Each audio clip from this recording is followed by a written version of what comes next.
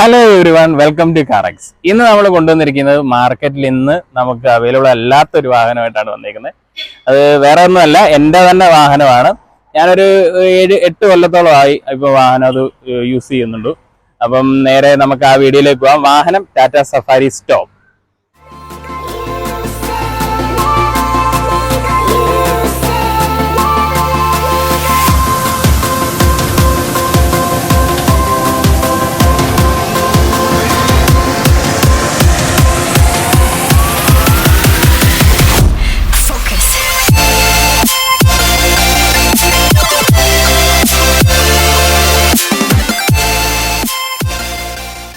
Yes, ഇതാണ് അപ്പൊ എൻ്റെ പ്രിയപ്പെട്ട വാഹനം ടാറ്റ സഫാരി സ്റ്റോം. അപ്പം സ്റ്റോമിനെ പറ്റി പറയുമ്പോഴത്തേക്കിനും അന്ന് നമ്മൾ 2016 ലാസ്റ്റ് ഒരു ഡിസംബർ സമയത്താണ് ഞാൻ ഈ വെഹിക്കിൾ എടുക്കുന്നത്. അന്ന് നമ്മൾ ഫ്രഷ് എടുത്തതാണ്. നമ്മൾ തന്നെയാണ് ഫസ്റ്റ് ഓണറും. പിന്നെ സ്റ്റോമിനെ പറ്റി പറയുന്നതിന് മുമ്പ് ഞാനൊരു ഭയങ്കര ഒരു സഫാരി ഫാനാണ്. അതുകൊണ്ടാണ് ഈ വെഹിക്കിളിലേക്ക് നമ്മൾ വന്നത്. സഫാരി എന്ന് പറയുമ്പോൾ ഒരു 1998 നമ്മുടെ സഫാരി ഫസ്റ്റ് ഇറങ്ങുന്നത്, ഫസ്റ്റ് ജനറേഷൻ വരുന്നത്. അന്ന് ആ ജനറേഷനിൽ എന്ന് പറഞ്ഞു കഴിഞ്ഞാൽ അതിനകത്ത് ഒരുപാട് ആദ്യമേ വന്നത് ഒരു 2 ലിറ്റർ എഞ്ചിനായിരുന്നു. പിന്നെ അതിനുശേഷം ഒരു 2.1 കമ്പനി ഇറക്കി.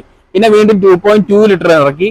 അതിനുശേഷം ഒരു 3 ലിറ്റർ എഞ്ചിൻ വന്നു. പിന്നെ വീണ്ടും 2.2 ഡൈക്കോർ എഞ്ചിൻ വന്നു. അപ്പൊ ഇങ്ങനെ ഒരു ഇടയ്ക്കിടയ്ക്ക് ഒരു അപ്ഡേഷന്റെ ഒക്കെ ഭാഗമായിട്ട് എഞ്ചിനുകൾ കുറെ മാറി വന്നിട്ടുണ്ട്. പിന്നെ കുറച്ച് നാള് നമ്മളിപ്പോ ബിഗ് ബി സിനിമയിലൊക്കെ കണ്ട മോഡലാണ് ഈ ഡൈക്കോർ എന്ന് പറയുന്നത്. അതാണ് ടാറ്റ സഫാരി എന്ന് പറയുന്ന മോഡല്. ഇത് സ്റ്റോം എന്നാണ്. രണ്ടും തമ്മിൽ കുറെ അധികം വ്യത്യാസമുണ്ട്. രണ്ട് വണ്ടി നമുക്ക് കാണുന്നവർക്കൊക്കെ അറിയാമല്ലോ. സഫാരിയും സ്റ്റോം രണ്ട് വണ്ടി തന്നെയാണ്. അത് ഡൈക്കോർ എഞ്ചിനാണ്.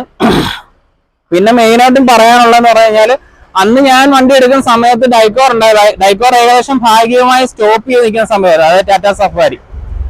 ആ സമയത്താണ് ഞാൻ വണ്ടി സ്റ്റോം എടുക്കുന്നത്. സ്റ്റോമിന്റെ ഒരു വലിയ പ്രത്യേകത എന്ന് വെച്ച് കഴിഞ്ഞാൽ ഡൈക്കോറിലെ കുറച്ച് പോരായ്മകളെല്ലാം നികത്തി ഇറക്കിയ ഒരു മോഡൽ കൂടിയായിരുന്നു സ്റ്റോം. അപ്പം അതുകൊണ്ടാണ്. പിന്നെ തന്നെയല്ല, എനിക്ക് ഇതിന്റെ ഈ ഒരു മാസീവ് സൈസും അതായത് മറ്റേനെ വെച്ച് കമ്പയർ ചെയ്യുമ്പോൾ കുറച്ചുകൂടെ ഒരു മാസീവ്നെസ് ഉണ്ട് ഈ വെഹിക്കിളിന്. അപ്പൊ പിന്നെ ഈ ഒരു സൈസും പിന്നെ തന്നെയല്ല അവർ ഈ ഒരു സഫാരിയുടെ ബേസിക് ഫോമിൽ തന്നെ, അതായത് അപ്ഡേഷൻ വന്നപ്പോഴത്തേക്കിനും സ്റ്റോം ആക്കിയപ്പോഴത്തേക്കിനും അവർ ആ ബേസിക് ഡിസൈൻ മാറ്റാതെ തന്നെയാണ് ഇപ്പൊ ആ സ്റ്റോം ഇറക്കിയതാണ്. അപ്പൊ അതുകൊണ്ട് എനിക്കത് കൂടുതൽ ഇഷ്ടപ്പെട്ടു. പിന്നെ കുറെ മെക്കാനിക്കലും ഒക്കെ കുറെ വ്യത്യാസമുണ്ട് വെഹിക്കിളിന്. അന്നത്തെ അപ്ഡേറ്റഡ് ആയിട്ടുള്ള രീതിയിലാണ് വെഹിക്കിൾ ഇറക്കിയിരുന്നത്. അപ്പൊ കൂടുതൽ വലിച്ചു നീട്ടുന്നില്ല, ഞാൻ നേരെ നമുക്ക് ഡിസൈനും കാര്യങ്ങളിലേക്കൊക്കെ പോവാം. അപ്പൊ നേരെ നമുക്ക് വണ്ടിയുടെ ഡിസൈൻ എന്ന് പറയുമ്പോഴത്തേക്കിനും പക്ക ഒരു ഫുൾ സൈസ് SUV ആണ്. അപ്പൊ അതുകൊണ്ട് നമ്മളിപ്പോ കാണുന്ന പോലെ തന്നെ നല്ല റേസ് ചെയ്ത് നിൽക്കുന്ന ഒരു ബോണ്ട് ലൈനും കാര്യങ്ങളും ഒക്കെയാണ്. ക്യാമറ അടുത്തോട്ട് വന്നു കഴിയുമ്പോൾ കാണാം നമുക്ക് തന്നെ ഇവിടെ ഒരു ഹുഡിന്റെ ഈ മേളിലൂടെ ഇങ്ങനെ ഒരു റേസ് ചെയ്ത് നിൽക്കുന്ന ഒരു ഭാഗമുണ്ട്. ഒരു ഡിസൈൻ എലമെന്റ് ആയിട്ട് നല്ല വലിപ്പത്തിൽ കൊടുത്തിട്ടുണ്ട്. അത് നമുക്ക് നല്ല എന്താ പറയുക, ഒരു മസ്കുലിൻ ലുക്ക് വരുന്നുണ്ട് വെഹിക്കിളിന്. പിന്നെ താഴേക്ക് വരുമ്പോഴത്തേനും ഇവിടെ മേളില് ഈ ഒരു ക്രോം സ്ട്രിപ്പിലൂടെ ഇങ്ങനെ നമ്മൾ സ്റ്റോം എന്നിങ്ങനെ നല്ലതായിട്ട് ബാഡ്ജ് ചെയ്തിട്ടുണ്ട്. മെയിൻ ആയിട്ട് ഇതിന്റെ എന്താ പറയുക, റോഡ് പ്രസൻസ് ആണ് ഇതിന്റെ ഒരു രക്ഷയില്ലെന്ന് പറയാം. നമ്മുടെ പഴയ സഫാരി ആണെങ്കിൽ പോലും ഇപ്പോഴത്തെ ഈ സ്റ്റോം ആണെങ്കിൽ പോലും ഒക്കെ ഒരു രക്ഷയില്ലാത്ത ഒരു റോഡ് പ്രസൻസ് ആണ് ഈ വെഹിക്കിളിന്. അതാണ് ഇതിന്റെ ഒരു മെയിൻ ഹൈലൈറ്റ്. പിന്നെ നമ്മൾ സ്റ്റോം തന്നെ വേറെ കാര്യമുണ്ട്. സ്റ്റോം ഇത് ഏറ്റവും ലാസ്റ്റ് ഞാൻ എടുക്കുന്നത് കൊണ്ട് സ്റ്റോമിൽ ആദ്യം വന്ന സ്റ്റോമുണ്ട്. ആദ്യം വന്ന സ്റ്റോമിനകത്ത് ഈ ഗ്രില്ലൊന്നും അല്ലായിരുന്നു, വേറൊരു ഗ്രില്ലായിരുന്നു. ഈ ഹണികോം അല്ലായിരുന്നു, ഒരു വേറെ ഫുള്ളി ഇങ്ങനെ ക്ലോസ് ചെയ്തിരിക്കുന്ന ഒരു ടൈപ്പ് ഒരു ഗ്രില്ലൊക്കെ ആയിരുന്നു. അതിൽ സ്റ്റോമിൽ തന്നെ റിഫ്രഷിംഗ് എന്ന് പറഞ്ഞുകൊണ്ട് അവർ കുറച്ചുകൂടെ അപ്ഡേഷൻ ഒക്കെ വന്നിറക്കിയ ഒരു ലാസ്റ്റ് മോഡലായിരുന്നു. പിന്നെ സ്റ്റോം വന്നിട്ട് എനിക്ക് 2018-19 ആയപ്പം സ്റ്റോമും പിന്നെ അങ്ങ് സ്റ്റോപ്പ് ചെയ്യുമായിരുന്നു. അപ്പം പിന്നെ നേരെ വന്നു കഴിയുമ്പോൾ ഡിസൈനിൽ വരുമ്പോഴത്തേക്കും നമുക്ക് ഇവിടെ ഇങ്ങനെ ഒരു ഹണികോംഡ് ആയിട്ടുള്ള ഒരു ഗ്രില്ലാണ് വെഹിക്കിളിൽ വന്നേക്കുന്നത്. അവിടെ ടാറ്റയുടെ വലിയൊരു ലോഗോ കാണാം. പിന്നെ വന്നിട്ട് നമുക്ക് പ്രൊജക്ടർ ഹെഡ്ലാമ്പ്സ് തന്നെയാണ് വരുന്നത്. LED അല്ല, ഹാലജൻ പ്രൊജക്ടർ ഹെഡ്ലാമ്പ്സ് ആണ് വരുന്നത്. ഇൻഡിക്കേറ്ററും ഇവിടെ സൈഡിലായിട്ടാണ് രണ്ട് ബാരലായിട്ടാണ് ഹെഡ്ലാമ്പ്സ് വരുന്നത്. ഒന്ന് പ്രൊജക്ടറും ഒന്ന് നോർമൽ ആ രീതിയിലാണ് കൊടുത്തേക്കുന്നത്. പിന്നെ താഴേക്ക് വരുമ്പോഴത്തേക്കിനും ബമ്പറിലൊക്കെ നല്ല ആ ഒരു ഫിനിഷ് തന്നെയാണ്. പിന്നെ വന്നിട്ട് ഇവിടെ ഒരു ഫോഗ് ലാമ്പ് കാണാം. നമുക്ക് ഒരു സിൽവർ ചുറ്റിലും ഒരു ഫിനിഷ് കൊടുത്തിട്ടാണ് ഫോഗ് ലാമ്പ് കൊടുത്തേക്കുന്നത്. പിന്നെ ഇവിടെയും ആ ഒരു ഹണികോംബ് മെയിൻറ്റെയിൻ ചെയ്തിട്ടുണ്ട്. ഇവിടെയും നമ്മുടെ എയർ ഡാമിന്റെ അവിടെയും കൊടുത്തിട്ടുണ്ട്. ഫ്രണ്ടിനത്തെ ഒരു ഡിസൈൻ എന്ന് പറയാൻ ഇത്രയൊക്കെ തന്നെയാണ് മെയിൻ ആയിട്ട് ഉള്ളത്. ഈ ഒരു മെയിനായിട്ട് ഈ ഒരു മാസീവ്നെസ് ആണ് വണ്ടിയുടെ എപ്പോഴും പറയാനുള്ളത്. ഇതാണ് ഫ്രണ്ടിൽ നിന്നുള്ള ഡിസൈൻ. ഇനിയിപ്പോ നമുക്ക് നേരെ സൈഡ് ഡിസൈൻ നോക്കാം. ഓക്കെ, നമ്മുടെ അലോയ്സ് വരുന്നത്, വീൽ സൈസ് വരുന്നത് 16 ഇഞ്ച് വീൽസ് ആണ്. പിന്നെ ഞാനിപ്പോ ഇത് സ്റ്റോക്ക് അല്ല, ഞാനൊന്ന് അപ്സൈസ് ചെയ്തിട്ടുണ്ട്. ഇപ്പൊ ഇത് ഓൾ ടെറൈൻ ടയർ ആണ്, ഒരുപാട് വലിയ സൈസ് അല്ല. ഇതിന്റെ 235 55 16 നമുക്ക് സ്റ്റോക്ക് വരുന്ന ടയർ. ഇതിപ്പോ ഞാൻ 235 എന്നുള്ളത് 265 ആക്കി. 265 17 16 ഇഞ്ച് തന്നെ, 16 ഇഞ്ചിൽ വ്യത്യാസം വരുത്തിയിട്ടില്ല. സെയിം, കാരണം സ്റ്റോക്ക് അലോയ് വീലാണ്. ഇത് സ്റ്റോക്ക് അലോയ് വീൽ തന്നെയാണ്. പിന്നെ നമ്മൾ ഈ വണ്ടി എന്റെ ടോപ്പ് എൻഡ് മോഡലുമാണ്, VXI ട്രിം ആണ്, ടോപ്പ് എൻഡ് മോഡലും ആണ്. അതുകൊണ്ടാണ് ഈ അലോയ് വീൽസും കാര്യങ്ങളും എല്ലാം വരുന്നത്. പക്ഷെ 4x4 അല്ല, 4x2 ആണ്. 4x2 ടോപ്പ് എൻഡ് മോഡലാണ് ഞാൻ എടുത്തേക്കുന്നത്. നമ്മുടെ വെഹിക്കിളിന്റെ ഓവറോൾ ലെങ്ത് വരുന്നത് 4655 മില്ലിമീറ്റർ ആണ്. വീൽ ബേസ് വരുന്നത് 2650. അത്രയും വീൽ ബേസ് വെഹിക്കിളിന് വരുന്നുണ്ട്. നമുക്ക് അതിന് തന്നെ ഇന്റീരിയറിൽ അത്രയും സ്പേസും നമുക്ക് കിട്ടുന്നുണ്ട്. പിന്നെ വേറെ വേണ്ട സൈഡ് ഡിസൈനിലേക്ക് വരുമ്പോഴത്തേക്കും നമുക്ക് ഇവിടെ സ്റ്റോം എന്നുള്ള ഈ ഒരു ഡീക്കൽസ് വരുന്നുണ്ട്. ഇങ്ങനെ ഈ ഒരു ഡോറിന്റെ ഈ ഒരു ഡോർ സൈഡിൽ ഇങ്ങനെ കൊടുത്തിട്ടുണ്ട്, നമ്മുടെ ഫ്രണ്ടിലും ബാക്കിലും. ഇവിടെയാണ് എഴുത്ത് വരുന്നത്, ബാക്കിലത്തെ ഡോറിലാണ്. ഇങ്ങനെ ഒരു ഡീക്കൽ വരുന്നുണ്ട്. പിന്നെ ഈ കളർ നമ്മുടെ പേൾ വൈറ്റ് ആണ്. പേൾ വൈറ്റ് എന്ന് പറയുന്ന കളറാണ് ഈ വെഹിക്കിളിന് വന്നേക്കുന്നത്. പിന്നെ സൈഡ് ഡിസൈൻ വരുമ്പോഴത്തേക്കിനും നമുക്ക് ഈ ഒരു ABC പില്ലേഴ്സ് എല്ലാം, അതായത് B പില്ലറൊക്കെ ബ്ലാക്ക് ഔട്ട് ചെയ്തേക്കുവാണ്. A pillar normal body colour തന്നെയായിട്ടാണ് കൊടുത്തേക്കുന്നത്. ഇത് ഞാൻ എക്സ്ട്രാ ചെയ്തത്. ഇതൊന്നും നമ്മുടെ റെയിൻ ഗാർഡ് ഒന്നും വണ്ടിക്ക് സ്റ്റോക്ക് വരുന്നില്ല. പിന്നെ ഇവിടെ നമുക്കൊരു വലിയൊരു ക്വാർട്ടർ ഗ്ലാസ് വരുന്നുണ്ട്. അതിവിടെ നമുക്ക് 7 സീറ്റർ ആയതുകൊണ്ട് നമുക്ക് ഒരു വലിയ ക്വാർട്ടർ ഗ്ലാസ് വരും. അവിടെ ബാക്കിൽ സീറ്റ് ഉണ്ട്, അതുകൊണ്ട് ആ രീതിയിലാണ് കൊടുത്തേക്കുന്നത്. പിന്നെ സൈഡിലോട്ട് വരുമ്പോഴത്തേക്കിനും മിറർ വന്നിട്ട് ബോഡി കളേർഡ് അല്ല, ഇവിടെ ഇങ്ങനെ ഒരു നമുക്കൊരു ക്രോം ഫിനിഷിലാണ് മിറർ കൊടുത്തേക്കുന്നത്. അതിൽ ടേൺ ഇൻഡിക്കേറ്റേഴ്സുമായിട്ടാണ് കൊടുത്തേക്കുന്നത്.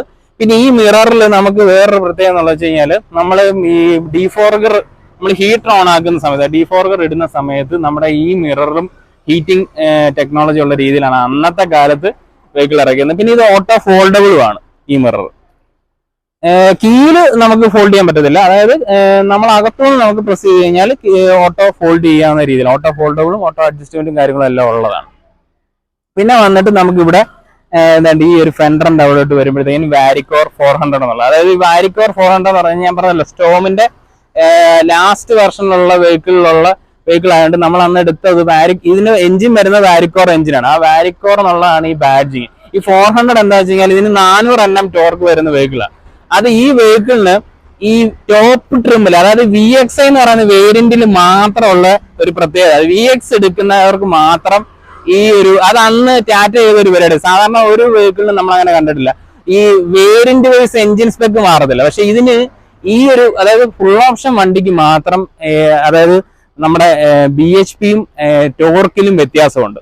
അതായത് ഇതിന് തൊട്ട് താഴെയുള്ള LXI അല്ലെങ്കിൽ എന്തുവാ EX എന്ന് പറയുന്നത്, LX-ഉം EX VX ഇങ്ങനെ 3 വേരിയന്റ് ആയിരുന്നു. ഈ LX-ഉം EX-നും 320 Nm ടോർക്കേ വരുന്നുള്ളൂ. അതാണ് ഈ 400 എന്നുള്ള ബാഡ്ജ് ഇവിടെ കാണിച്ചിരിക്കുന്നത്. അതേപോലെ തന്നെ BHP അതിന്റെ കുറവായിരുന്നു, അതായത് ഇതിന്റെ തൊട്ട് താഴെയുള്ള വേരിയന്റ്. അതായത് ടോപ്പ് എൻഡ് വേരിയന്റിൽ മാത്രം ഈ വെഹിക്കിളിന് എക്സ്ക്ലൂസീവ് ആയിട്ട് ഈ ഒരു പവർ വ്യത്യാസമുണ്ട്. അപ്പൊ സൈഡ് ഡിസൈനിൽ നമ്മൾ ഏകദേശം എല്ലാം പറയുന്നു വിചാരിക്കുന്നു. അപ്പം ഇത്രയൊക്കെ തന്നെയാണ് കാണുന്നത്. പിന്നെ ഡോർ ഹാൻഡിലൊക്കെ വരുന്നത് ഈ പറഞ്ഞ പോലെ നമുക്ക് ബോഡി കളറായിട്ട് തന്നെയാണ് കൊടുത്തേക്കുന്നത്. ഇത്രയാണ് സൈഡ് ഡിസൈൻ ഓവറോൾ പറയാനുള്ളത്. ഇനിയിപ്പം നമുക്ക് നേരെ റിയർ ഡിസൈൻ, അത് പറഞ്ഞില്ലല്ലോ, ഇത് മെയിൻ ആയിട്ടും പറയേണ്ട ഒരു കാര്യമാണ്. റെയിൽ, നമുക്ക് മേളിലൊരു റൂഫ് റെയിൽ വരുന്നുണ്ട്. ഇത് നല്ല റൂഫ് റെയിൽ ആണ്, സ്ട്രോങ് ആണ്. അതായത് നമുക്ക് എന്തെങ്കിലുമൊക്കെ ക്യാരി ചെയ്യാൻ പറ്റുന്ന, അത് ഒരു ഫാൻസി അല്ല, നല്ല സോളിഡ് ആയിട്ടുള്ള ഒരു സാധനമാണ്. അതുപോലെ തന്നെ ഇത് നല്ല ഒരു എന്താ പറയുന്നത്, മറ്റേ ഫൈബർ ഒന്നും അല്ല, മെറ്റലാണ് കൊടുത്തേക്കുന്നത്. പിന്നെ ഫുഡ് സ്റ്റെപ്പ് വരുന്നുണ്ട് കേട്ടോ. ഫുഡ് സ്റ്റെപ്പ് വെഹിക്കിളിന് ഇല്ലാതെ നമുക്ക് ഭയങ്കര ബുദ്ധിമുട്ടായിരിക്കും, പ്രായമുള്ളവർക്ക് കയറാൻ ഭയങ്കര ബുദ്ധിമുട്ടാണ്. അതുകൊണ്ട് ഫുഡ് സ്റ്റെപ്പും നമുക്ക് സ്റ്റോക്ക് വരുന്നതാണ് ഈ ഫുഡ് സ്റ്റെപ്പ്. പിന്നെ മെയിൻ ആയിട്ട് പറയേണ്ടത് SUV വേണ്ട 200 mm ഗ്രൗണ്ട് ക്ലിയറൻസ് ഉള്ള വെഹിക്കിൾ ആണ്. ഇന്നിപ്പം നമ്മൾ ഈ SUV എന്ന് പറയുന്ന പല വെഹിക്കിൾസിനും ഇത്തരം ഗ്രൗണ്ട് ക്ലിയറൻസ് പോലും കൊടുക്കാറില്ല. അത് ആ ഒരു കാര്യത്തിലൊക്കെ, കാരണം ഈ വെഹിക്കിളുമായിട്ട് ഞാൻ ഇന്ന് ഒരുപാട് സ്ഥലങ്ങളിൽ പോയിട്ടുണ്ട്. അതായത് ഞാൻ ഒത്തിരി ട്രാവൽ ചെയ്യുന്ന ആളുമൊക്കെ. പക്ഷെ അതുകൊണ്ട് തന്നെ നമ്മൾ ഒത്തിരി ഓരോ ഹിൽ ഏരിയ അങ്ങനെയൊക്കെ ഉള്ള സ്ഥലങ്ങളിലൊക്കെ പോയിട്ട് ഒന്ന് അടി തട്ടുക, അങ്ങനെ നമുക്ക് എവിടെ വേണമെങ്കിലും ധൈര്യമായിട്ട് എടുത്തോണ്ട് പോകാം. ഇത്രയും ഗ്രൗണ്ട് ക്ലിയറൻസ് ഉള്ളത് കൊണ്ടും അതൊരു വലിയ ഗുണമാണ്. ഇനി നമുക്ക് ബാക്ക് ഡിസൈനോട് നോക്കാം. യെസ്, ഇതാണ് നമ്മുടെ സഫാരിയുടെ ബാക്ക് ഡിസൈൻ എന്ന് പറയുന്നത്. ബാക്ക് ഡിസൈൻ പറയുമ്പോഴത്തേന് ആദ്യം പറയാനുള്ളത്, നമുക്കിവിടെ മുകളിലൊരു സ്പോയിലർ പോലെ വരുന്ന ഒരു ഡിസൈനാണ്. സ്പോയിലർ എന്നല്ല, ഇതിന്റെ ബോഡി ആ രീതിയിലാണ് ഡിസൈൻ ചെയ്തേക്കുന്നത്, ഈ ഒരു രീതിയിലാണ്. പിന്നെ ഇതിന്റെ ആന്റിന വരുന്നത് ഫ്രണ്ടിലാണ്. നമുക്ക് കണ്ട അവിടെ ഈ സൈഡിലോട്ടൊന്ന് വന്ന് നമ്മൾ ഫ്രണ്ട് കാണിച്ചപ്പോൾ നമ്മൾ കാണിച്ചില്ല, കാരണം ഇവിടാണ് ആന്റിന വരുന്നത്. ഇവിടാണ് ആന്റിന വരുന്നത്. അത് അഡ്ജസ്റ്റ് ചെയ്യാവുന്ന രീതിയിലുള്ള ആന്റിനയാണ്. അന്നത്തെ കാലത്തെ ഒരു ആന്റിനയാണ് അത്. കാരണം ഷാർക്ക് ഫിൻ ആന്റിന ഒന്നും അത്ര കോമൺ അല്ലായിരുന്ന കാലമാണ്. അന്ന് ഷാർക്ക് ഫിൻ ആന്റിന എന്നൊക്കെ പറയുന്നത് ഭയങ്കര പ്രീമിയം കാറുകളിൽ മാത്രം കാണുന്ന ഒരു സംഭവമായിരുന്നു. യെസ്, അപ്പം ഇവിടെ നമുക്കൊരു സ്റ്റോപ്പ് ലാമ്പ് വരുന്നുണ്ട് ഇന്റഗ്രേറ്റഡ് ആയിട്ട് തന്നെ.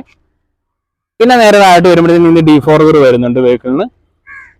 പിന്നെ വേണ്ട ഇവിടെ ഒരു റിയർ വൈപ്പർ. പിന്നെ ഇവിടെ ഈ പറഞ്ഞ ഒരു ഗ്രേ ഫിനിഷിലാണ് ഈ ഒരു ഭാഗം കൊടുത്തേക്കുന്നത്. പിന്നെ വേണ്ട സഫാരി സ്റ്റോം എന്ന് ബാഡ്ജിങ് കൊടുത്തിട്ടുണ്ട്.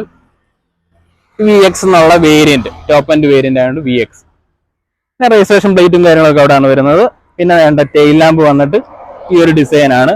അത് വണ്ടിക്ക് ഈ ഒരു സ്റ്റാൻസ് നല്ല പൊക്കമുള്ള ഒരു സ്റ്റാൻസ് ഉണ്ട്. ആ രീതിയിൽ തന്നെ അതിന് ഡിസൈനിന് യോജിക്കുന്ന രീതിയിൽ തന്നെ ഉള്ള ഒരു ടെയിൽ ലാമ്പ് ആണ് കൊടുത്തേക്കുന്നതും.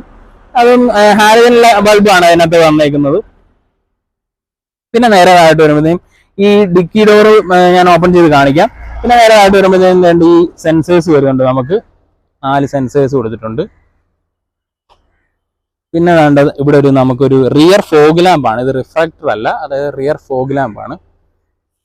പിന്നെ ഡ്യുവൽ എക്സോസ്റ്റ് ആണ് വെഹിക്കിളിന് വരുന്നത്. അതും ഡമ്മി ഒന്നുമല്ല, പ്രോപ്പർലി ഡ്യുവൽ എക്സോസ്റ്റ് ആണ്. നമുക്ക് അകത്ത് നോക്കി കഴിഞ്ഞാൽ കാണാം, പൈപ്പ് അകത്ത് നോക്കി കാണാം. കണ്ട ഇവിടെയുണ്ട്. പിന്നെ ഈ ഒരു ഭാഗം ഒരു ബ്ലാക്ക് ട്രീറ്റ്മെന്റിൽ തന്നെയാണ് കൊടുത്തേക്കുന്നത്, ബോഡി കളർ കൊടുത്തിട്ടില്ല. അതൊക്കെ നമുക്ക് ഒന്നുകൂടെ നല്ല, കാരണം ഇതൊരു SUV ആയതുകൊണ്ട് ഒരു ഫുൾ സൈസ് SUV ആകുമ്പോൾ ആ രീതിയിൽ തന്നെ കൊടുക്കുന്നത് എപ്പോഴും നല്ലത്. പിന്നെ ഇവിടെ നമുക്ക് ബാക്കിൽ കയറാനായിട്ട് ഇവിടെ ഒരു ഫുഡ് സ്റ്റെപ്പും കാര്യങ്ങളും കൊടുത്തിട്ടുണ്ട്. അപ്പൊ നമുക്ക് ഇനിയും ബാഗ് ഡിക്കി സ്പേസ് ഒന്ന് ചെക്ക് ചെയ്യാം. ഓക്കെ,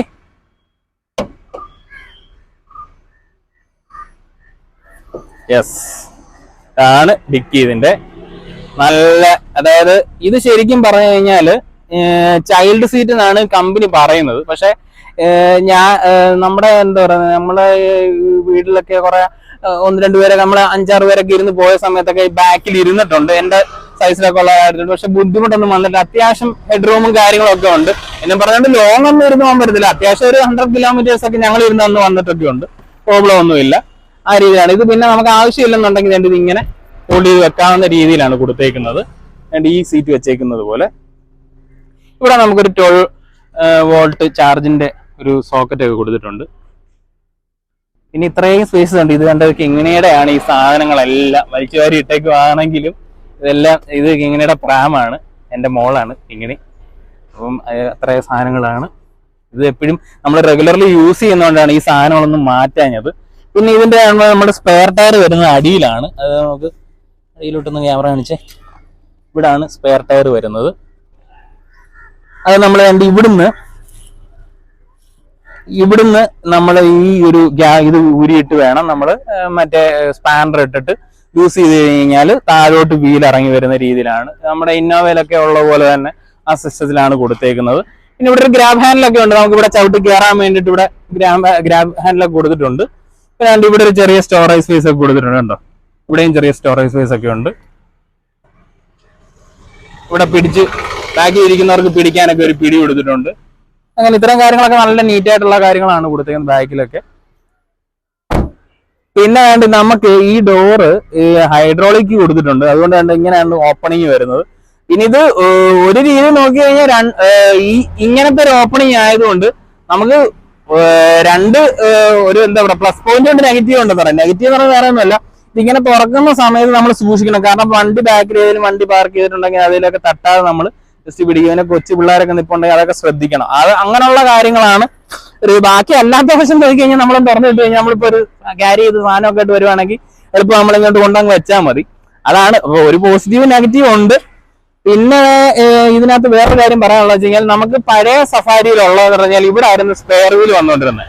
അപ്പൊ ആ സ്പെയർ വീല് ഇവിടെ ഇരിക്കുന്ന സമയത്ത് കമ്പനി എന്താന്ന് വെച്ചാൽ അത് മാറ്റാൻ കാരണം എന്താ വെച്ചാൽ ഇവിടെ ഇരിക്കുന്ന സമയത്ത് ഈ ഡോറിൽ അത്രയും വെയിറ്റ്, ഇതിന്റെ സ്പെയർ വീല് നല്ല വെയിറ്റാണ്. കാരണം ഇത്രയും വലിയ വണ്ടിയല്ലേ. അപ്പം ഈ വെയിറ്റ് ഇത്രയും ബാക്കിൽ ഇരിക്കുന്ന കാരണത്താൽ ഈ ഡോറ് എപ്പോഴും കാലുന്ന ഒരു പ്രശ്നം ഉണ്ടായിരുന്നു ആ വണ്ടിയുടെ, പഴയ വണ്ടിയുടെ.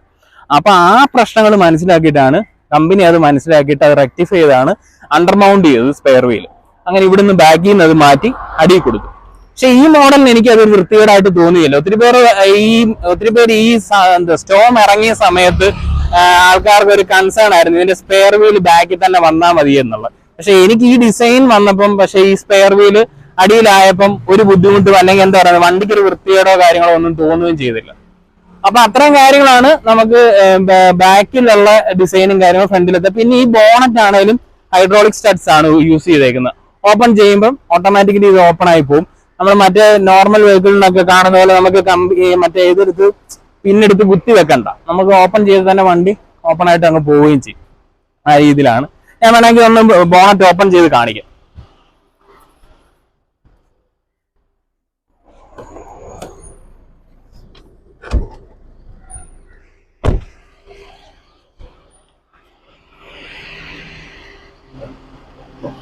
കണ്ടോ, ഈ ഹൈഡ്രോളിക് സ്റ്റഡ്സ് ഒക്കെ അന്നത്തെ കാലത്തെ വെഹിക്കിളിന് കൊടുത്തിട്ടുണ്ട്. കാരണം അന്നത്തെ സെഗ്മെന്റിൽ പല വണ്ടിക്കും ഇതിന്റെ സെഗ്മെന്റിൽ വരുന്ന പല വണ്ടികൾക്കും അന്ന് ഈ ഹൈഡ്രോളിക് സ്റ്റഡ്സ് ഇല്ലായിരുന്നു.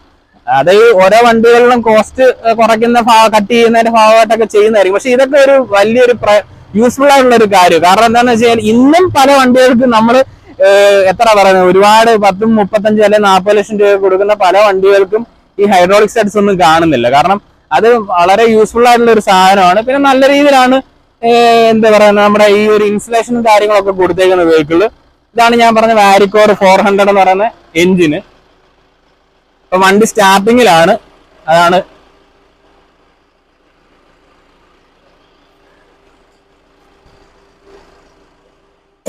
പിന്നെ നമുക്ക് വേറൊരു കാര്യം എനിക്ക് പറയാനുള്ളത് വെച്ചാൽ ഇന്നിപ്പോ മാർക്കറ്റിൽ അവൈലബിൾ ആയിട്ടുള്ള ഒരു സഫാരി എന്ന് പറഞ്ഞൊരു മോഡലുണ്ട്. ആ മോഡൽ സത്യം പറഞ്ഞു കഴിഞ്ഞാല് എനിക്ക് പലപ്പോഴും തോന്നിയിട്ടുള്ള ഒരു കാര്യം എന്ന് വെച്ചാൽ ആ മോഡലിന് സഫാരി എന്നൊരു പേര് കൊടുക്കാതെ അവർ ആ മോഡൽ വരുന്നതിന് മുമ്പ് ആ പേര് ഇട്ടിരുന്ന ശരിക്കും പറഞ്ഞാൽ ഗ്രാവിറ്റാസ് എന്നൊരു പേരിലായിരുന്നു ആദ്യമേ ടാറ്റ അൺവീൽ ചെയ്യാനിരുന്നത്. പിന്നെ എന്തോ കാര്യങ്ങൾ കൊണ്ട് ടാറ്റ ഈ സഫാരി എന്നുള്ള പേര് ആ വെഹിക്കിളിന് കൊടുക്കുമായിരുന്നു. സത്യം പറഞ്ഞാൽ അങ്ങനെ ചെയ്യാതെ അതിന് വേറൊരു പേര് കൊടുത്തുകൊണ്ട് സഫാരി എന്നുള്ള, കാരണം ഇതൊരു ലെജൻഡറി വെഹിക്കിൾ തന്നെയാണ്. കാരണം എന്താണെന്ന് വെച്ച് കഴിഞ്ഞാല് എനിക്കിപ്പോഴും ഓർമ്മയുണ്ട് എന്റെ കൊച്ചിലൊക്കെ എന്ന് പറഞ്ഞു കഴിഞ്ഞാല് അന്ന് നമ്മുടെ റോഡുകളിലൊക്കെ എന്ന് പറഞ്ഞു കഴിഞ്ഞാല് ഈ എന്താ അംബാസഡർ അല്ലെങ്കിൽ പ്രീമിയർ പത്മിനി, മാരു 800 ഇങ്ങനെ ഈ വെഹിക്കിൾ എല്ലാം കണ്ടു കഴിയുമ്പോഴത്തേന് അന്നൊക്കെ ഈ കൊച്ചിലെ പോലെ നമുക്കൊക്കെ ഈ വണ്ടികളോട് ഭയങ്കര ഒരു ക്രേസാ.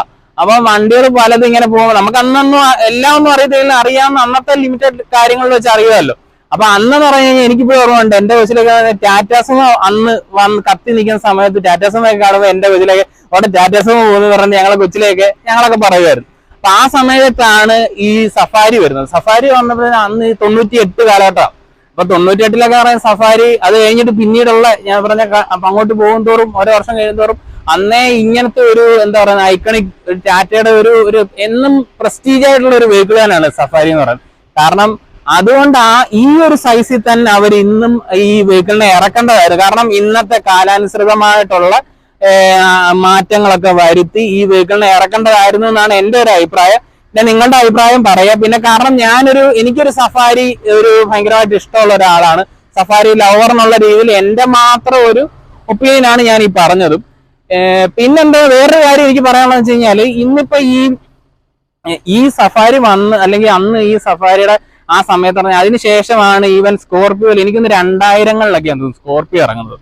അപ്പം അന്ന് അതിനു മുമ്പേ വന്ന ഒരു വാഹനം. അപ്പം ടാറ്റയെ സംബന്ധിച്ച് അവരുടെ ടാറ്റ സുമോ അല്ലെങ്കിൽ സഫാരി ഇങ്ങനെയൊക്കെയുള്ള വെഹിക്കിളുകൾ, ടാറ്റ ഇൻഡിക്ക, ഇതൊക്കെ അവരുടെ ഒരു ഐക്കണിക് കാഴ്ചകളായിരുന്നു. അപ്പം ഇതിനെ വീണ്ടും ഇറക്കണം, അല്ലെങ്കിൽ സ്റ്റോം എന്നൊരു പേരില് അല്ലെ ടാറ്റ സഫാരി അല്ലെങ്കിൽ ടാറ്റ സഫാരി സ്റ്റോം എന്ന് പറഞ്ഞ പ്രത്യേകം ഈ ഒരു ഫുൾ സൈസില് ഇന്നിപ്പോ ഒരു കുറച്ച് ഇത്രയും വലിയ വണ്ടി ഇറങ്ങുന്ന സ്വാഭാവികമായിട്ടും വെഹിക്കിളിന് പ്രൈസ് ഒക്കെ ഭയങ്കരമായിട്ട് കൂടുമായിരിക്കും. പക്ഷെ എന്നിരുന്നാലും ഈ ഒരു വെഹിക്കിൾ ടാറ്റ വീണ്ടും ഇറക്കണമെന്നാണ് എനിക്ക് പറയാനുള്ളത്. കാരണം ഒരു സഫാരി ലവർ, എന്നെ പോലെ ഒത്തിരി ലവേഴ്സ് ഉണ്ട്, ഈ വെഹിക്കിളിന് ഒത്തിരി ആരാധകർ ഉണ്ടെന്ന് എനിക്കറിയാം. അവരുടെയൊക്കെ എല്ലാവർക്കും ഇന്നിപ്പം മാർക്കറ്റിൽ അവൈലബിൾ ഉള്ള സഫാരി ഉപയോഗിക്കുന്നവർ പോലും ഈ വെഹിക്കിൾ ഇഷ്ടമുള്ളവരുണ്ട്. അപ്പം അതുകൊണ്ട് ഈ വെഹിക്കിള് കമ്പനി എന്തെങ്കിലും ഇറക്കുക എന്നുള്ള ഒരു പ്രതീക്ഷയിൽ നമുക്ക് പോവാം. അപ്പൊ നമുക്ക് എന്തായാലും നേരെ ഇനിയിപ്പം ഇന്റീരിയർ വീഡിയോയിലേക്ക് പോകാം. Okay, It never worked out fine. I watched it fall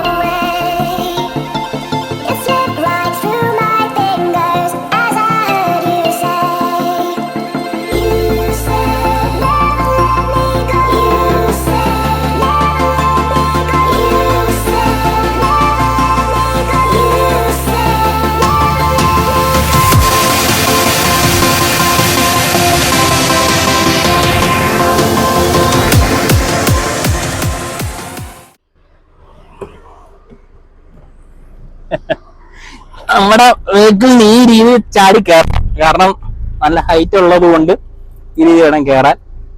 yes, ഇതാണ് നമ്മുടെ സ്റ്റോമിന്റെ ഇന്റീരിയർ. നമ്മളെ കൊണ്ട് പറ്റുന്ന രീതി മാക്സിമം മെയിൻറ്റെയിൻ ചെയ്യാറുണ്ട്.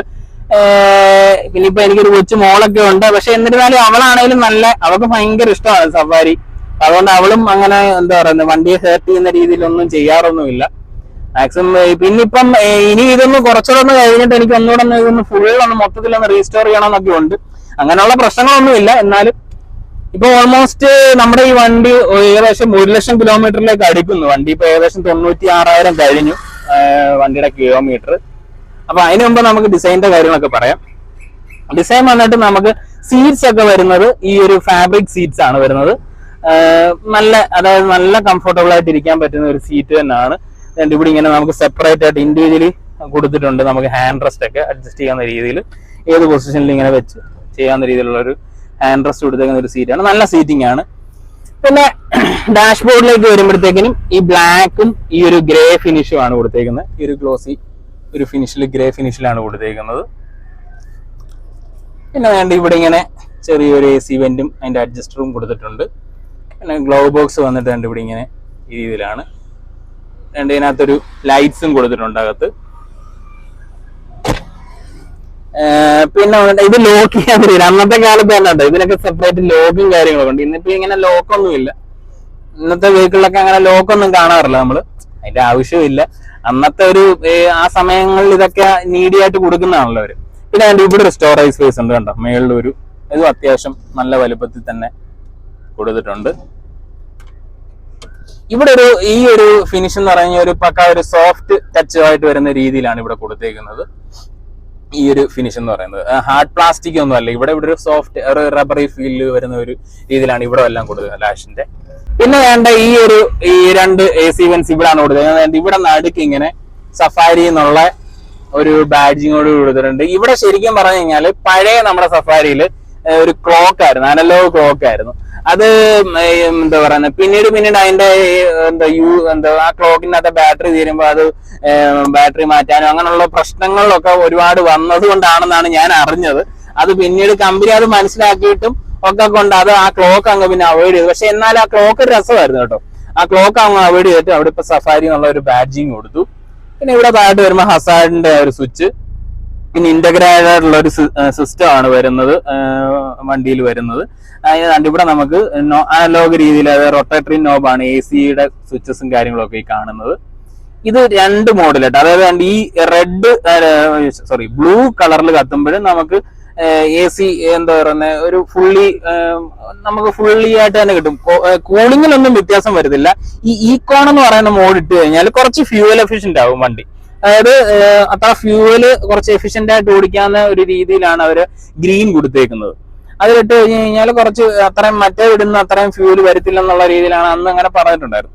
പിന്നെ ഇതിൽ നമുക്ക് ഇവിടെ നോക്കി കഴിഞ്ഞാൽ ഈ റിയർ AC-യുടെ സ്വിച്ച് ഇവിടെ കാണാം. അത് ഞാൻ ബാക്കി വരുമ്പോൾ കാണിക്കാം. പിന്നെ നേരമായിട്ട് വരുമ്പോഴത്തേന് ഈ സിസ്റ്റം ഇതിനൊരു റിമോട്ട് ഉണ്ടായിരുന്നു. റിമോട്ട് വീട്ടിലാണ് അതിന്റെ കുഞ്ഞെടുത്ത് കളിക്കുകയൊക്കെ ചെയ്ത് അങ്ങനെ വീട്ടിൽ കിടക്കുക. അതിന്റെ ഈ റഡാറിന്റെ സ്വിച്ച് ഇതാണ് കാണുന്നത്. റിമോട്ട് ഉൾപ്പെടെയാണ് വണ്ടിയിൽ വന്നുകൊണ്ടിരുന്നത്. സഫാരിന്ന് ഒരു ബാഡ്ജ് ഒക്കെ ആ റിമോട്ടിൽ ഉണ്ടായിരുന്നു.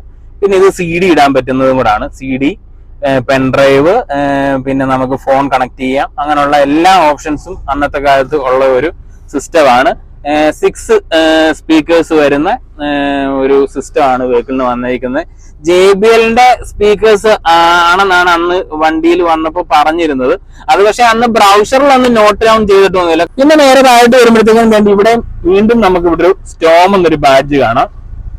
പിന്നെ ഇവിടെ ഒരു USB ഒരു പോർട്ട് കാണാം, ഓക്സിലറി പോർട്ട് കാണാം. അന്ന് ഈ ഐപോഡ് നമ്മൾ അങ്ങനെയൊക്കെ യൂസ് ചെയ്യുന്ന കാലമാണ്, അതുകൊണ്ട് തന്നെ ഈ ഓക്സ് ഒക്കെ കൊടുത്തേക്കുന്നത്. അങ്ങനെ ഈ രണ്ട് പോർട്ട് കൊടുത്തിട്ടുണ്ട്. പിന്നെ ഇവിടെ ഒരു 12 വോൾട്ട് കൊടുത്തിട്ടുണ്ട്. ഇതെന്താന്ന് വെച്ച് കഴിഞ്ഞാൽ ഇതിന് ഷിഫ്റ്റ് ഓൺ ഫ്ലൈ സിസ്റ്റം ആയിരുന്നു ഇതിന്റെ 4-wheel ഡ്രൈവ് വെഹിക്കിളിന്. അപ്പൊ അതിന്റെ ഒരു റൊട്ടേറ്ററി നോബ് ആയിരുന്നു അതിന് വരുന്നത്. അപ്പൊ അത് നമ്മുടെ ഇപ്പൊ 4x2 ആയതുകൊണ്ട് അതങ്ങനെ ക്ലോസ് ചെയ്ത് കൊടുത്തേക്കുന്നത്. ഇത് വേണ്ട നമ്മുടെ ഗിയർ ലിവർ ഇങ്ങനെ ഒരു അത്യാവശ്യം കുഴപ്പമില്ലാത്ത ഒരു നല്ലൊരു മെറ്റീരിയലാണ്. റെക്സിൻ പോലത്തെ മെറ്റീരിയൽ, ലെതർ അല്ല, റെക്സിൻ ആണ് കൊടുത്തേക്കുന്നത്. 6 സ്പീഡ് ട്രാൻസ്മിഷൻ ആണ്, 6 സ്പീഡ് ഗിയർ ബോക്സ് ആണ് വരുന്നത്. റിവേഴ്സ് നേരെ ഇങ്ങേറ്റം പിടിച്ചിടുന്ന രീതിയിലാണ് കൊടുത്തേക്കുന്നത്. 6 സ്പീഡ് ഗിയർ ബോക്സ്. അത് ഈ വെഹിക്കിളിന് മാത്രമാണ് 6 സ്പീഡും വന്നുകൊണ്ടിരുന്നത്. ഇത് താഴെയുള്ള മോഡലിനൊന്നും 6 സ്പീഡ് അല്ല, 5 സ്പീഡ് ആയിരുന്നു. പിന്നെ വേണ്ട ഈ ഒരു സെൻട്രൽ കൺസോൾ ഉണ്ടോ, ഭയങ്കര വീതിയിലാണ് ഇവർ ഇത് കൊടുത്തേക്കുന്നത്. നല്ല ഇവിടെ ഇത്രയും നല്ല ഗ്യാപ്പാണ്. ഇവിടെയും നമുക്കൊരു സ്റ്റോറേജ് ഉണ്ട്. ഇവിടെ ഒരു സ്റ്റോറേജ് ഉണ്ട്. ഇവിടെ നല്ല രീതിയിൽ നല്ല വലുപ്പത്തിലൊക്കെ ഇവിടെ ഒരു സാധനമൊക്കെ വെച്ച് കഴിഞ്ഞാൽ മൊബൈലും കാര്യങ്ങളൊക്കെ വേണമെങ്കിൽ അവിടെ വെക്കാം. അങ്ങനെ ഇവിടെ ഉണ്ട്. പിന്നെ ഇവിടെ ഹാൻഡ് ബ്രേക്ക് ഈ രീതിയിലാണ്, നോർമൽ ഹാൻഡ് ബ്രേക്ക് ആണ്. പിന്നെ ഇവിടെ ഒരു കപ്പ് ഹോൾഡർ കൊടുത്തിട്ടുണ്ട്. ഇവിടെയൊക്കെ വേണമെങ്കിൽ കപ്പ് ഹോൾഡർ പറഞ്ഞാലും നമുക്കൊരു 1 ലിറ്ററിന്റെ ബോട്ടിൽ വെക്കാവുന്ന രീതിയിലുള്ള കാര്യങ്ങളൊക്കെയാണ് കൊടുത്തേക്കുന്നത്. പിന്നെ നേരെ വന്നു കഴിയുമ്പോഴത്തേക്കിനും നമുക്ക് സ്റ്റിയറിംഗിലേക്ക് വരുമ്പോഴത്തേക്കിനും ഒരു എന്താ പറയുന്ന ഒരു സാധാരണ രീതിയിലുള്ള ഒരു സ്റ്റിയറിംഗ് തന്നെയാണ്. കാരണം ലെതർ റാപ്ഡ് സ്റ്റിയറിംഗ് വീൽ ഒന്നും അല്ല, നോർമൽ അന്നത്തെ കാലത്ത് ഒരു നല്ല സ്റ്റിയറിംഗ് വീലായിരുന്നു ടാറ്റയുടെ ഇത്. ഇതിനകത്ത് വന്നിട്ട് നമുക്ക് ഇതിന്റെ മീഡിയയുടെ വോളിയം ബട്ടണ് അങ്ങനെയുള്ള കാര്യങ്ങളുണ്ട്. ടെലിഫോണിക് സ്വിച്ച് വരുന്നുണ്ട്, മീഡിയയുടെ സോഴ്സ്, ടെലിഫോൺ കട്ട് ചെയ്യാനുള്ള ഇവിടെ ഒരു ഇത് കൊടുത്തിട്ടുണ്ട്. അത്രയും കാര്യങ്ങളാണ്. സ്റ്റിയറിംഗ് മൗണ്ടഡ് കൺട്രോൾസ് ഉള്ള വെഹിക്കിളാന്നൊക്കെ പറയുന്നത് വലിയ സംഭവമായിരുന്നു അതൊക്കെ, അതെനിക്ക് ഇപ്പോഴും ഓർമ്മയുണ്ട്. അപ്പൊ അത്രയാണ്. പിന്നെ വൈപ്പറൊക്കെ നോർമലി തന്നെ വരുന്ന രീതിയിൽ തന്നെയാണ്, ഓട്ടോ വൈപ്പർ ഒന്നും അല്ല. ഹെഡ് ലാമ്പിന്റെ സ്വിച്ചും കാര്യങ്ങളാണ് ഇപ്പുറത്ത് വരുന്നത്. ക്യാമറ ഇങ്ങോട്ടൊന്ന് ഞാൻ എടുത്ത് കാണിക്കും, ഈ സൈഡ് കാണിക്കണമെങ്കിൽ. പിന്നെ വന്നിട്ട് നമ്മുടെ ഈ ഒരു ഇൻസ്ട്രുമെന്റ് ക്ലസ്റ്റർ വന്നിട്ട് അനലോഗ് തന്നെയാണ്. ഇതിനകത്ത് ഇപ്പോഴത്തെ പോലെ എന്താ പറയുക ഡിസ്റ്റൻസ് ടു MD അങ്ങനെയുള്ള രീതിയൊന്നും ഇല്ല, എല്ലാം അനലോഗ് ആണ്. ഇവിടെ നമുക്ക് കണ്ടോ ഫ്യൂവലിന്റെ ഇതൊക്കെ കാണാം. ഈ രീതിയിലാണ് കൊടുത്തത്, മൊത്തം അനലോഗ് ആണ്. പിന്നെ ഇതിന്റെ ഒരു ഡിസ്പ്ലേയുടെ ബ്രൈറ്റ്നസ് ഒക്കെ കൂട്ടാൻ പറ്റുന്നുണ്ട്. ഈ ഒരു സ്വിച്ചിൽ ഞെക്കി കഴിഞ്ഞാൽ നമുക്ക് ആ ലൈറ്റിന്റെ ഒരു ബ്രൈറ്റ്നസ് ഒരു 3-4 മോഡിൽ ഇങ്ങനെ കൂട്ടുകയും കുറയ്ക്കുകയൊക്കെ ചെയ്യാം. അത്തരം കാര്യങ്ങളുള്ളൂ ഇതിനകത്ത് ചെയ്യാനുള്ള. പിന്നെ ഇവിടെ നമുക്ക് ഇങ്ങനെ ഡോറ് തുറന്നു കിടക്കുകയാണെങ്കിൽ അങ്ങനെ ഒരു സിമ്പിൾസ് കാണിക്കുക. അങ്ങനെയുള്ള ബേസിക് കാര്യങ്ങൾ മാത്രമേ ഉള്ളൂ ഈ വെഹിക്കിളിന്. പിന്നെ അന്നത്തെ കാലത്തൊക്കെ വലിയ സംഭവമായിരുന്നു, അത് വേറൊരു കാര്യം. പിന്നെ ഇവിടെ വരുമ്പോഴത്തേക്കിനും നമുക്ക് ഇതിന്റെ നമുക്ക് ഈ ഹെഡ് ലാമ്പിന്റെ സ്വിച്ച് തന്നെ ഈ ഒരു രീതിയിൽ റൊട്ടേറ്ററി നോബിലാണ് കൊടുത്തേക്കുന്നത്. ഇതിങ്ങനെ തിരിച്ചു കഴിഞ്ഞാൽ പാർക്ക്, ഇങ്ങനൊരു ഹെഡ് ലാമ്പ്. പിന്നെ ഇങ്ങോട്ട് വലിച്ചു കഴിഞ്ഞാൽ ആദ്യം ഒരെണ്ണം മേലോട്ട് വലിച്ചു കഴിഞ്ഞാൽ ഫ്രണ്ടിലത്തെ ഫോഗ് ലാമ്പ്, ഒന്നുകൂടെ വലിച്ചു കഴിഞ്ഞാൽ ബാക്കിലത്തെ ഫോഗ് ലാമ്പ്. ഇത് ഹെഡ് ലാമ്പ് ലെവൽ അഡ്ജസ്റ്റ് ചെയ്യുന്ന സാധനം. അപ്പൊ അത്രയാണ് അതിന്റെ കാര്യങ്ങൾ.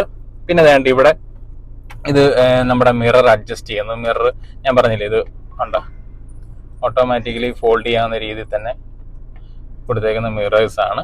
ഈ മിററിൽ ഞാൻ പറഞ്ഞ പോലെ ഡീഫോർഗിങ് സിസ്റ്റം ഉള്ളതാണ്. ഡീഫോർഗർ ഇടുമ്പോൾ നമുക്ക് ഈ മിററിൽ മിസ്റ്റേക്ക് ഉണ്ടെങ്കിൽ നമുക്ക് അതും ഹീറ്റിംഗ് ഇതുള്ള ഒരു ടെക്നോളജി ഉള്ള രീതിയിലാണ് ഈ മിറർ കൊടുത്തേക്കുന്നത്. പിന്നെ വന്നിട്ട് നേരെ ഇവിടെ നമുക്ക് ഈ ഒരു നമ്മുടെ ഫോൺ കണക്ട് ചെയ്യുവാണെങ്കിൽ നമുക്ക് ഫോണിൽ സംസാരിക്കുന്ന സമയത്ത് അതിന്റെ മൈക്കാണ് ഈ കൊടുത്തേക്കുന്നത്. പിന്നെ റീഡിംഗ് ലാംപ്സ് 3 വരുന്നുണ്ട്. ഇത് നോർമലി സെൻട്രലിലുള്ള പൊസിഷനിൽ കിടക്കുന്ന ലൈറ്റ് ആണ് ഇത്. പിന്നെ ഇവിടെ നമുക്ക് ഇൻഡിവിജ്വലി സെപ്പറേറ്റ് ഒരു ലൈറ്റ് ഉണ്ടെങ്കിൽ ഇങ്ങനെ ഇടാം. പിന്നെ ഈ സൈഡിൽ സെപ്പറേറ്റ് ഉണ്ടെങ്കിൽ നമ്മളെ ബുദ്ധിമുട്ടിക്കാതെ വേണമെങ്കിൽ ഇപ്പുറത്തിരിക്കുന്ന ആൾക്ക് ലൈറ്റ് ഉണ്ടോന്നുണ്ടെങ്കിൽ അത് നല്ലൊരു യൂസ്ഫുൾ ആയിട്ടുള്ള ഒരു കാര്യമാണ്. കാരണം നമ്മൾ ഡ്രൈവ് ചെയ്യുന്ന സമയത്ത് ഈ ലൈറ്റ് ഇട്ടാലും നമുക്ക് ഈ സൈഡിലോട്ട് വരുത്തേയില്ല, നമ്മുടെ സൈഡിലോട്ട് വരുത്തേയില്ല. ആ രീതിയിലാണ് ഈ ലൈറ്റ് കൊടുത്തേക്കുന്നത്. പിന്നെ ഇവിടെ ഒരു മിറർ വരുന്നുണ്ട്, കണ്ടോ, ഇവിടെയും ഒരു മിററും കാര്യങ്ങളൊക്കെ വരുന്നുണ്ട്. ഫ്രണ്ടിലത്തെ കാര്യങ്ങളൊക്കെ അത്രയൊക്കെ തന്നെയാണ്. ഇനിയിപ്പോ നമുക്ക് നേരെ ഞാൻ ഡോർ സൈഡിലൂടെ കാണിക്കാം. ആ ഡോറിന്റെ അവിടെ പറഞ്ഞാൽ നമുക്ക് ശരിക്കും പറഞ്ഞാൽ 2 ലിറ്ററിന്റെ ബോട്ടിലിരിക്കും. അതില് ഇപ്പൊ ഒരു 1 ലിറ്റർ ബോട്ടിൽ അതിൽ വെച്ചേക്കുന്നത്. നല്ല സ്പേഷ്യസ് ആയിട്ടുള്ള രീതിയിലാണ് കൊടുക്കുന്നത്. പവർ വിൻഡോയും കാര്യങ്ങളൊക്കെ അന്നത്തെ കാലത്തുണ്ട്. അന്ന് വേറെ വലിയ സംഭവം എന്ന് പറഞ്ഞു കഴിഞ്ഞാൽ പവർ വിൻഡോ ഒക്കെ ആയിരുന്നു ഏറ്റവും വലിയ ഫീച്ചർ. അന്ന് 4 ഡോർ പവർ വിൻഡോ ഉള്ള വണ്ടിയാണോ എന്നൊക്കെയായിരുന്നു ആളുകൾ ചോദിക്കുന്നത്. അതൊക്കെ അന്ന് ഈ വണ്ടിക്കൊക്കെ അതൊക്കെ എന്താ പറയാ സ്റ്റാൻഡേർഡ് ആയിട്ട് തന്നെ വരുന്നുണ്ടായിരുന്നു. അപ്പം അത്രയാണ് ഓവറോൾ ആണ്. ഇവിടെ പിന്നെ വേണ്ട നമുക്ക് ഈ ഒരു ഗ്രാബ് ഹാൻഡിലൊക്കെ ഇവിടെയും വരുന്നുണ്ട്. ഈ സൈഡിൽ വരത്തില്ല, അറിയാം, നമുക്ക് ഡ്രൈവർ സൈഡിൽ അങ്ങനെ വരത്തില്ലല്ലോ. അങ്ങനെയാണ് കാര്യങ്ങൾ. പിന്നെ വേണ്ട ഈ ഒരു പഡിൽ ലൈറ്റ്സ് ഒക്കെ, ഇതൊക്കെ അന്നത്തെ കാലത്ത് തന്നെ നമ്മുടെ സഫാരിയുടെ ഒരു ഐക്കണിക് കാര്യങ്ങളായിരുന്നു ഇതൊക്കെ. ഈ പഡിൽ ലൈറ്റ്സ് ഒക്കെ അന്ന് പണ്ടേ നമുക്ക് കൊടുത്തിട്ടുണ്ട്. ഇങ്ങനെ റെഡും ഇതിന്റെ താഴെ ഈ ഒരു വൈറ്റ് ആയിട്ട്, അതായത് താഴോട്ട് നമുക്ക് നോർമൽ ലൈറ്റ് ആയിട്ടും കിട്ടും. വണ്ടി ഡോർ തുറന്നിട്ടേക്ക് വേണമെങ്കിൽ നമുക്കില്ല എന്താ പറയുന്ന ഒരു സിഗ്നൽ പോലെ ഇത് കൊടുത്തിട്ടുണ്ട്, റെഡ് ലൈറ്റ് ആയിട്ട് കൊടുത്തിട്ടുണ്ട്. ആ രീതിയിലാണ് ഇതൊക്കെ കൊടുത്തേക്കുന്നത്. ഇപ്പൊ നമുക്ക് ബാക്ക് സീറ്റിൽ എന്തൊക്കെയാണ് ഉള്ളതെന്ന് നമുക്ക് ചെക്ക് ചെയ്യാം. Okay, yes. അപ്പൊ നമ്മുടെ സഫാരിയുടെ ബാക്ക് സീറ്റ് ആണ്. ബാക്ക് സീറ്റ് എടുത്തു പറയേണ്ട ഒരു വലിയ കാര്യം എന്ന് പറഞ്ഞാൽ ഈ ഈ നമ്മുടെ സീറ്റിന്റെ പൊസിഷൻ കണ്ടോ, ഈ ഫ്രണ്ടിലത്തെ സീറ്റ് എന്ന് പറഞ്ഞു കഴിഞ്ഞാൽ കുറച്ച് താഴെയായിട്ടും ഈ തൊട്ട് ബാക്കിലത്തെ സീറ്റ് എന്ന് പറയുന്നത് സെക്കൻഡ് റോ എന്ന് പറയുന്നത് കുറച്ച് പൊങ്ങിയാണ്. ഇതിന്റെ ശരിക്കും പറഞ്ഞു കഴിഞ്ഞാൽ തിയേറ്റർ ലൈക്ക് സീറ്റിംഗ് എന്നായിരുന്നു അന്ന് ഇതിനെ ടാറ്റ പറഞ്ഞിരുന്നത്. കാരണം എന്താ വെച്ച് കഴിഞ്ഞാൽ നമ്മൾ തിയേറ്ററിലെ പോലെ തന്നെ മേലോട്ട് ഹൈറ്റ് കൂടുന്നു. ബാക്കിലത്തെ സീറ്റ് വരുമ്പോൾ ഇതിലും പൊക്കത്തിലാണ് വന്നേക്കുന്നത്. ഇതിന്റെ വണ്ടിയുടെ ഓവറോൾ മൊത്തത്തിലുള്ള ഡിസൈൻ തന്നെ ആ രീതിയിലാണ് കൊടുത്തേക്കുന്നത്. വണ്ടി ഇങ്ങനെ ഫ്രണ്ടിൽ നിന്ന് തുടങ്ങി ഇങ്ങനെ മേളിലോട്ട് റേസ് ചെയ്ത് നിൽക്കുന്ന രീതിയിലാണ് ബാക്കിലോട്ട് പോകുന്നത്. ആ ഒരു പൊക്കത്തിൽ ഇരിക്കുന്നതുകൊണ്ട് തന്നെ ഇവിടുന്ന് നമുക്ക് നോക്കുമ്പോൾ നല്ല വിസിബിൾ ആണ്. ആ ഒരു ഭാഗത്തൊക്കെ നമുക്ക് എന്താ ഫ്രണ്ടിലോട്ടുള്ള വ്യൂ എന്ന് പറയുന്നത് നല്ല വിസിബിളായിട്ട് കാണാൻ പറ്റുന്ന രീതിയിൽ തന്നെയാണ് നമുക്ക് ഇവിടെ ഇരിക്കുമ്പോൾ ഈ ഒരു ഇത്ര പൊക്കത്തിരിക്കുന്നത് നമുക്ക് കാണാൻ പറ്റും. പിന്നെ സൈഡിലോട്ട് നോക്കുമ്പോഴാണെങ്കിലും സൈഡ് ഗ്ലാസ്സിൽ കൂടെ ഈ ഒരു നല്ല വൈഡായിട്ടുള്ള ഒരു ഗ്ലാസ് ഏരിയ ആയതുകൊണ്ട് നമുക്ക് നല്ല കാഴ്ചയൊക്കെ കണ്ടു പോകാവുന്ന രീതിയിൽ തന്നെ കംഫർട്ടബിൾ ആയിട്ട് ഇരിക്കാവുന്ന രീതിയിൽ തന്നെയാണ് കൊടുത്തേക്കുന്നത്. പിന്നെ ഇവിടെ വരുമ്പോഴത്തേക്കും നമുക്ക് ഇവിടെ ഒരു ഡോർ, ഒരു ചെറിയൊരു ഫയൽ പോക്കറ്റ്സ് ഒക്കെ നമുക്ക് വരുന്നുണ്ട്, രണ്ട് സൈഡിലും വരുന്നുണ്ട്. പിന്നെ മെയിൻ ആയിട്ട് അടുത്ത ഈ ഒരു AC റൂഫ് AC വരുന്നുണ്ട്. ഈ റൂഫ് AC വരുന്നത് 4 AC വെന്റ് വരുന്നുണ്ട്. ഈ റൂഫ് AC-യിൽ 4 AC വെന്റ് വരുന്നത് അത് നമുക്ക് അവിടെ AC റിയർ എന്ന് പറഞ്ഞ സ്വിച്ച് ഓൺ ആക്കിയാൽ മാത്രമാണ് ഇത് ഓൺ ആകത്തുള്ളൂ. അതിൻ്റെ ഒരു ഫാൻ സ്പീഡും കാര്യങ്ങളൊക്കെ ഇവിടെ കൊടുത്തിട്ടുണ്ട്. 3 സ്പീഡിൽ നമുക്കിത് അഡ്ജസ്റ്റ് ചെയ്യുകയും ചെയ്യാം. അവിടെ അത് ഓഫ് ചെയ്താൽ ഇത് വർക്ക് ചെയ്യത്തുമില്ല. നമുക്ക് അവിടെ വേണമെങ്കിൽ ഇപ്പോൾ ബാക്കിൽ ആളില്ലെന്നുണ്ടെങ്കിൽ ഇവിടെ നമുക്ക് ഓഫ് ചെയ്ത് കഴിഞ്ഞാൽ അത് വർക്ക് ചെയ്തുമില്ല. പിന്നെ അത് കൂടാതെ ഇവിടെ 2 AC വെന്റ് വേറെ വരുന്നുണ്ട്. ഈ AC വെന്റ് വരുന്നത് നമുക്ക് ഈ ഫ്രണ്ടിലത്തെ AC നോർമൽ AC ഓൺ ആക്കിയാൽ തന്നെ ഇത് ഓൺ ആവും. ഫുൾ ടൈം എപ്പോഴും ഇത് ഓൺ ആയി കിടക്കും. പിന്നെ ഇട്ട് താഴെ കണ്ട് ഇവിടെ അതിൻ്റെ ഫിൽറ്ററും കാര്യങ്ങളായിട്ടുള്ള കൊടുത്തേക്കുന്നത്. പിന്നെ കണ്ട് ഇതൊരു 12 വോൾട്ട് ഒരു സോക്കറ്റ് കൊടുത്തിട്ടുണ്ട്. അപ്പം പിന്നെ നമുക്ക് ഇവിടെ ഒരു ആംബ്രസ്റ്റ് വരുന്നുണ്ട്. നല്ലൊരു കംഫർട്ട് വലിയൊരു ആംബ്രസ്റ്റ് ആണ്. ഇതിനകത്തൊരു ഓപ്പണിംഗ് ഉണ്ട്. കണ്ടോ, അതിനകത്ത് നല്ല എന്തെങ്കിലുമൊക്കെ വലിയ സ്റ്റോർ ചെയ്യണമെന്നുണ്ടെങ്കിൽ ആ രീതിയിലാണ് ഇത് കൊടുത്തേക്കുന്നത്. പിന്നെ 2 കപ്പ് ഹോൾഡറും കൊടുത്തിട്ടുണ്ട്. ഇതിങ്ങനെ ക്ലോസ് ചെയ്ത് കഴിഞ്ഞാൽ കപ്പ് ഹോൾഡർ മാത്രമായിട്ട് ഇങ്ങനെ വേണമെങ്കിൽ ഉപയോഗിക്കാം. ഇങ്ങനെ വേണ്ടാന്നുണ്ടെങ്കിൽ ഇങ്ങനെ വെച്ചിട്ട് ഇങ്ങനെ ക്ലോസ് ചെയ്ത് ഉപയോഗിക്കുകയും ചെയ്യും. അങ്ങനെയാണ് ഈ ബാക്കിലത്തെ സീറ്റിലെ കാര്യങ്ങളൊക്കെ അത്രയൊക്കെയാണ്. പിന്നെ അതിൻ്റെ ഡോർ പോക്കറ്റ്സിലേക്ക് വരുമ്പോൾ സ്പീക്കേഴ്സും കാര്യങ്ങളൊക്കെ ഇവിടെ കൊടുത്തിട്ടുണ്ട്. പിന്നെ ഇവിടെ ഒരു ചെറിയ സ്റ്റോറേജ് കൊടുത്തിട്ടുണ്ട്. ഇപ്പോൾ ഡോർ ഹാൻഡിലൊക്കെ ഈ ഒരു ഫിനിഷിലാണ് കൊടുത്തേക്കുന്നത്. പിന്നെ വൈഡറായിട്ടുള്ള ഒരു ഗ്ലാസ് ഏരിയയും കാര്യങ്ങളൊക്കെ തന്നെ. ഇത്രയാണ് നമുക്ക് നമ്മുടെ സഫാരിയിലെ കാര്യങ്ങളൊക്കെ ഉള്ളത്. സഫാരി സ്റ്റോമിൻ്റെ ബാക്കിലത്തെ കാര്യങ്ങൾ. പിന്നെ തേർഡ് റോ ഞാൻ ഓൾറെഡി കാണിച്ചിട്ടുണ്ടായിരുന്നല്ലോ. അപ്പം ഇത്രയൊക്കെയാണ്. ഓക്കെ, അപ്പം നമുക്കിനി ഡ്രൈവ് വീഡിയോ ആണ്. അപ്പൊ വേണ്ട, എനിക്ക് ആദ്യമേ നമുക്ക് ഡ്രൈവ് വീഡിയോയിലേക്ക് പോകുന്നതിന് മുമ്പ് ഞാനൊരു കാര്യം കാണിച്ചു. കാരണം നമ്മൾ വണ്ടി ഡ്രൈവ് ചെയ്യുമ്പോൾ അത് കാണിക്കാൻ പറ്റത്തില്ല. അപ്പൊ അതുകൊണ്ടാണ് ആദ്യം കാണിക്കുന്നത്. എന്നിട്ട് നമ്മൾ റിവേഴ്സ് ഇട്ട് കഴിഞ്ഞു കഴിഞ്ഞാൽ ഇവിടാണ് നമുക്ക് സെൻസറിന്റെ ഈ കാര്യങ്ങൾ കാണും. ഇങ്ങനെ ചെറിയൊരു സ്ക്രീനിൽ നമ്മുടെ ഈ ഒരു ഇൻഫർടൈൻമെന്റിന്റെ ഈ ഒരു സ്ക്രീനിൽ നമുക്ക് സെൻസറിന്റെ കാര്യങ്ങൾ ഇവിടെ കാണിക്കും. ഇപ്പൊ നമ്മൾ ബാക്കിൽ വണ്ടികൾ ഉണ്ടെങ്കിൽ ഇപ്പൊ ഒരു ആള് നടന്നു വരുന്നുണ്ട്. അപ്പൊ അതുകൊണ്ട് ഇവിടെ ഇങ്ങനെ ബസർ അടിച്ചോണ്ടിരിക്കുന്നു. ഈ ബസർ ഇങ്ങനെ കൂടിക്കൊണ്ടിരിക്കും. നമ്മളിപ്പോ ഒബ്ജക്റ്റിലേക്ക് വരുമ്പോൾ ഇപ്പൊ ഒബ്ജക്റ്റ് ഒന്നും ഇല്ലാത്തതുകൊണ്ടാണ് ഇത് ഇങ്ങനെ ഇത്രയും ഡിസ്റ്റൻസ് കാണിച്ചത്. ഒബ്ജക്റ്റ് അടുക്കും തോറും ഇപ്പൊ ഒബ്ജക്റ്റിനോട് നല്ല രീതിയിൽ ക്ലോസ് ആണെങ്കിൽ, വണ്ടി വെഹിക്കിൾ ക്ലോസ് ആണെങ്കിൽ ഇവിടെ നമ്മൾ സ്റ്റോപ്പ് ഒന്ന് ഫുള്ള് കാണിക്കും. പിന്നെ ഈ ബസർ ശബ്ദം ഇങ്ങനെ ആയിരിക്കത്തില്ല, ഫുള്ള് ആ ഒരു ബീപ്പ് ശബ്ദം നല്ല വോളിയം കൂടി വരികയും ചെയ്യും, നമ്മളെ അലേർട്ട് ചെയ്യിക്കാൻ വേണ്ടിയിട്ട്. അപ്പൊ അത്രയാണ് ഞാനിപ്പോ അതൊന്ന് ജസ്റ്റ് നിങ്ങളെ ഒന്ന് കാണിക്കാൻ വേണ്ടിയിട്ട് എടുത്തതേ ഉള്ളൂ. യെസ്, അപ്പൊ നമുക്ക് ഡ്രൈവിന്റെ വീഡിയോയിലേക്കുള്ള കാര്യങ്ങളിലേക്ക് പോവാം. അപ്പൊ എഞ്ചിന്റെ സ്പെക്കും കാര്യങ്ങളാണ് നമുക്ക് മെയിൻ ആയിട്ട് പറയാനുള്ളത്. എഞ്ചിൻ വന്നിട്ട് നമുക്ക് 2.2 ലിറ്റർ വാരിക്കോർ എഞ്ചിനാണ് വരുന്നത്. 156 PS ആണ് പവർ വരുന്നത്. 400 Nm ടോർക്കും. ഈ ഒരു പവർ ഫിഗേഴ്സ് ആണ് നമ്മുടെ വെഹിക്കിളിന് വരുന്നത്. ഇതില് ഈ VX എന്ന് പറയുന്നത് ഞാൻ ഈ പറഞ്ഞ ടോപ്പ് ട്രിമിന് മാത്രമാണ് ഈ ഒരു പവർ വരുന്നത്. ഇതിന് തൊട്ട് താഴെയുള്ള ഇതിന്റെ EX, LX എന്നൊക്കെ പറയുന്ന വേരിയന്റിന് ഈ ഒരു പവർ ഫിഗേഴ്സ് വരുന്നില്ല. അത് വന്നിട്ട് 140 PS പവറും 320 Nm ടോർക്കുമാണ് വെഹിക്കിളിന് വരുന്നത്. പിന്നെ നമുക്ക് ഇതിന്റെ മെയിൻ ആയിട്ട് പറയാനുള്ളത് ഈ ഒരു നമ്മുടെ ഈ ഒരു ഡ്രൈവിംഗ് പൊസിഷൻ, അതാണ് ഇതിന്റെ ഏറ്റവും അടിപൊളി എന്ന് പറയാൻ. കാരണം 2-3 കാര്യങ്ങളുണ്ട് അടിപൊളിയായിട്ടുള്ള ഒരു കാര്യങ്ങൾ, അതായത് മെയിൻ ആയിട്ട് പറയാനുള്ള കാര്യങ്ങൾ. അതിൽ മെയിൻ ഒന്നാമത്തെ കാര്യം എന്ന് പറഞ്ഞു കഴിഞ്ഞാൽ ഈ ഒരു കമാൻഡിങ് പൊസിഷൻ, നമ്മുടെ ഈ സീറ്റിംഗ് പൊസിഷൻ ഒരു രക്ഷയില്ല. കാരണം ഈ ഒരു വിസിബിലിറ്റി ആണല്ലോ, അന്യായ വിസിബിലിറ്റിയാണ്. നമുക്ക് എവിടെ വേണമെങ്കിലും ഏത് ചെറിയ റോഡുകളിൽ പോലും വണ്ടി നമുക്ക് വളരെ സിമ്പിൾ ആയിട്ട് എടുത്തുകൊണ്ട് പോവാം. അതാണ് മെയിൻ ആയിട്ടുള്ള ഒരു കാര്യം. നമുക്ക് ഇത്രയും നല്ലതായിട്ട് വെഹിക്കിൾ കാണാം, ഫ്രണ്ടും എല്ലാം നല്ല രീതിയിൽ കാണാം. ഓക്കെ, അതാണ് ആ ഒരു കമാൻഡിങ് പൊസിഷൻ കൊണ്ട് ഉദ്ദേശിക്കുന്നത്. പിന്നെ അടുത്ത ഒരു കാര്യം പറയാനുള്ളത് ഇതിന്റെ AC ഒക്കെ അടിപൊളിയാണ്. കാരണം നല്ല ഇത്ര AC കാര്യങ്ങളും വരുന്നതുകൊണ്ട് തന്നെ നല്ല കൂളിംഗ് ആണ്. നമുക്ക് നല്ല കംഫർട്ടബിൾ ആയിട്ട് ഡ്രൈവ് എൻജോയ് ചെയ്യാനും പറ്റും. പിന്നെ വേറൊരു കാര്യം പറഞ്ഞു കഴിഞ്ഞാൽ ഇതിന്റെ സസ്പെൻഷന്റെ ഭാഗത്തു നിന്നുള്ള സസ്പെൻഷൻ വരുന്നത് നമുക്ക് മക്ഫേർസൺ സ്റ്റഡ്സ് ആണ് സസ്പെൻഷൻ വരുന്നത്. അതുകൊണ്ട് തന്നെ നല്ല കംഫർട്ടബിൾ ആണ്. എല്ലാവരും ഇത് നമ്മുടെ ഈ വെഹിക്കിൾ ഫുൾ സൈസ് SUV ആയിട്ട് ലാറ്ററൽ ഫ്രെയിം ഷാസിസ് ആണ്. ലാറ്ററൽ ഫ്രെയിം ഷാസിസ് വരുമ്പോൾ എല്ലാവർക്കും ഒരു തോന്നലുണ്ട്, കാരണം ഇതൊരു എന്താ പറയുന്നത് ഭയങ്കര ബോഡി റോളിംഗ് ആയിരിക്കുമല്ലോ എന്നൊക്കെയുള്ള. അങ്ങനെ ഒന്നുമല്ല. ബോഡി റോളിംഗ് ഉണ്ട്, അതിൻ്റെതായ SUVക്ക് വേണ്ടതായ രീതിയിലുണ്ട്, ഇല്ലെന്ന് ഞാൻ പറയുന്നില്ല. പക്ഷെ അതിനപ്പുറത്തേക്ക് നമ്മുടെ ഒരു കംഫോർട്ട് കളയാത്ത രീതിയിലാണ് ആ ബോഡി റോളിംഗ് കാര്യങ്ങളും ഉള്ളത്. അപ്പൊ നമുക്ക് നല്ല ഒരു കംഫോർട്ട് തരുന്നുണ്ട് വെഹിക്കിൾ. നമുക്ക് ഈ ബോഡി റോളിംഗ് അല്ലെ SUVയുടെ ഒരു എന്താ പറയുന്ന മാനറിസങ്ങളൊക്കെ നമുക്ക് എൻജോയ് ചെയ്യാവുന്ന രീതിയിലേ ഉള്ളൂ. അല്ലാണ്ട് അതിനപ്പുറത്തേക്ക് നമ്മളെ മടുപ്പിക്കുന്ന തരത്തിലേക്കുള്ള കാര്യങ്ങളൊന്നും വെഹിക്കിൾ നമുക്ക് തരുന്നില്ല. പിന്നെ വേറൊരു കാര്യം എന്ന് പറഞ്ഞാൽ നമുക്ക് ഇതിന്റെ സ്റ്റിയറിംഗ് വരുമ്പോഴത്തേക്കിനും നമുക്ക് ഹൈഡ്രോളിക് സ്റ്റിയറിംഗ് ആണ്. നമ്മളിപ്പോ ഇപ്പോഴത്തെ വെഹിക്കിളിനെ പോലെ ഒന്നും പ്രതീക്ഷിക്കരുത്, കാരണം കുറച്ച് എന്താ ഹാർഡാണ് സ്റ്റിയറിംഗ് വരുന്നത്. നമുക്ക് ഇച്ചിരി ഒന്ന് തിരിക്കണമെങ്കിലൊക്കെ കുറച്ച് മസിൽ പവർ ഒക്കെ കാണിക്കേണ്ടി വരും. പിന്നെ ഞാനിത് കുറച്ചൊന്ന് അപ്സൈസ് ചെയ്തേക്കുന്നതുകൊണ്ട് പ്രത്യേകിച്ച് കുറച്ച് അതിൻ്റെതായ ഒരു ഇത്, കാരണം ഓൾ ടെറൈൻ ടയർ ആണല്ലോ, അപ്പൊ അതിന് കുറച്ചുകൂടെ റോഡിലേക്കുള്ള ഗ്രിപ്പിങ് കൂടും. അതുകൊണ്ട് പിന്നെ ഹൈഡ്രോളിക് ആണ്, കാരണം ഇപ്പോഴത്തെ ഇലക്ട്രോണിക് സ്റ്റിയറിംഗ് വീൽ ഒന്നും അല്ല. അപ്പൊ അങ്ങനെ അതുകൊണ്ടാണ് ആ ഒരു ചെറിയൊരു ഹാർഡ്നെസ് വരുന്നത്. പക്ഷെ അത് നമുക്ക് നല്ലതാണ് ഒരു തരത്തിൽ, കാരണം ഹൈവേയിലൊക്കെ നമുക്ക് കുറച്ച് സ്പീഡൊക്കെ എടുത്ത് പോകുമ്പോഴും നമുക്ക് നമ്മുടെ കയ്യിൽ നിൽക്കും വെഹിക്കിൾ, അങ്ങനെ എന്താ മാറിപ്പോകുന്ന ഫീലോ അങ്ങനെയുള്ള കാര്യങ്ങളോ ഒന്നുമില്ല. പിന്നെ ഹൈവേയിൽ വെഹിക്കിൾ എങ്ങനെ ഈ പവർ ഫിഗേഴ്സ് വെച്ച് എങ്ങനെ ഉണ്ടെന്ന് ചോദിച്ചു കഴിഞ്ഞാൽ അടിപൊളിയാണ്. കാരണം നമ്മൾ ഡ്രൈവ് നമുക്ക് ഭയങ്കരമായിട്ട് എൻജോയ് ചെയ്യാൻ പറ്റും. കാരണം എന്താ വെച്ചാൽ ഇതിന്റെ 6 സ്പീഡും കൂടെ ആയതുകൊണ്ട് ടർബോ ചാർജിലാണ്. നമ്മൾ നല്ല ഓരോ ഗിയർ നമ്മൾ മാറ്റി പോകുമ്പോഴേക്കും നമുക്ക് ആ ഒരു എന്താ പറയുന്നത്, നമുക്ക് നല്ല റെസ്പോൺസീവ് ആണ് എഞ്ചിൻ. കാരണം നമ്മൾ കാല് കൊടുക്കുന്ന അനുസരിച്ച് നമുക്ക് വെഹിക്കിൾ കയറി പോവുകയും ചെയ്യും.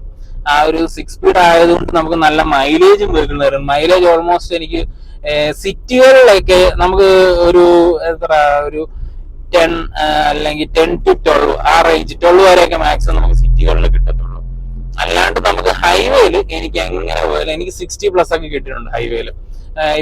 ഞാൻ ബാംഗ്ലൂരും ഒക്കെ പോയിട്ടുണ്ട്. അപ്പൊ അങ്ങനെയുള്ള ബാംഗ്ലൂർ, മൈസൂർ ഇങ്ങനെയുള്ള ഒരുപാട് സ്ഥലങ്ങളിൽ പോയിട്ടുണ്ട് വെഹിക്കിൾ. അപ്പം ലോങ് ഒക്കെ പോകുമ്പോഴൊക്കെ എനിക്ക് ആ ഒരു റേഞ്ച് മൈലേജ് എങ്ങനെ പോയാലും 15 മേളിൽ മൈലേജ് കിട്ടിയിട്ടുണ്ട്. മൈലേജിന്റെ കാര്യത്തിൽ അങ്ങനെ ഒരു രീതിയിലും പ്രശ്നങ്ങളോ കാര്യങ്ങളോ ഒന്നുമില്ല. പിന്നെ വേറെ എന്താ പറയുന്നത്, പിന്നെ ആണെങ്കിൽ നമുക്ക് ഈ ഒരു ഈ ഗിയർ നമുക്കൊരു എന്താ പറയുക അത്ര വലിയ ലോങ് ഗിയേഴ്സ് ഒന്നും അല്ല, വളരെ ഷോർട്ട് ഗിയർ തന്നെയാണ്. ഇറക്കെ നമുക്ക് ഇടാൻ കൈ ഒത്തിരി അങ്ങനെ കൊണ്ടുപോയി അങ്ങനെ ഒന്നും ഇടണ്ട, വളരെ ഷോർട്ട് ആയിട്ടുള്ള ഗിയേഴ്സ് ഒക്കെയാണ് കൊടുത്തേക്കുന്നത്. പിന്നെ ക്ലച്ച് ആണെങ്കിൽ മാനുവൽ ഗിയർ ആയതുകൊണ്ട് ക്ലച്ച് നമുക്ക് അത്ര അങ്ങ് ഒരുപാട് ഹാർഡല്ല, ഒരു അത്യാവശ്യം മീഡിയം രീതിയിലൊരു ഹാർഡായിട്ടുള്ള രീതിയിലാണ് വരുന്നത് നമുക്ക്. പക്ഷെ എന്ത് പറയുന്നത്, നമ്മൾ സിറ്റിയിൽ ഇപ്പൊ ട്രാഫിക്കിലൊക്കെ നിൽക്കുന്ന സമയത്ത് നമുക്ക് കാലൊക്കെ പെയിൻഫുൾ ആണോ എന്ന് ചോദിച്ചാൽ അത്ര ആ രീതിയിലൊന്നുമില്ല, അതാണ് പറയാനുള്ളത്. പിന്നെ നമുക്ക് 4 ഡിസ്ക് ബ്രേക്സ് ആണ് വരുന്നത്. നല്ല ബ്രേക്കിംഗ് ആണ് വെഹിക്കിളിന്. ബ്രേക്കിങ്ങിന്റെ കാര്യത്തിൽ ഒന്നും ഒരു പ്രശ്നങ്ങളോ കാര്യങ്ങളോ ഇല്ല. അപ്പം ഇത്രയൊക്കെയാണ് നമ്മുടെ സഫാരി സ്റ്റോമിന്റെ ഡീറ്റെയിൽസ് പറയാനുള്ളത്. അപ്പം ഇന്നത്തെ നമ്മുടെ ഈ വീഡിയോയും നമ്മുടെ ഈ വണ്ടിയൊക്കെ ഇഷ്ടപ്പെട്ടെങ്കിൽ ഉറപ്പായിട്ട് നിങ്ങൾ വീഡിയോ കണ്ടിട്ട് സബ്സ്ക്രൈബ് ചെയ്യുക, ലൈക്ക് ചെയ്യുക. പിന്നെ നിങ്ങളുടെ അഭിപ്രായങ്ങൾ കമൻ്റായിട്ട് അറിയിക്കുക. പിന്നെ എന്നെ പോലെ സഫാരി ലവേഴ്സ് ഉണ്ടെങ്കിൽ ലവേഴ്സ് പ്രത്യേകം അവരുടെ സ്നേഹം അറിയിക്കുക കമൻ്റായിട്ടൊക്കെ. അപ്പം പിന്നെ വേറെ എന്താണ്, അപ്പൊ ഇത്രയൊക്കെ ഉള്ളൂ. അപ്പൊ നമ്മുടെ വീഡിയോ കണ്ടതിന് എല്ലാവർക്കും താങ്ക് യു സോ മച്ച്.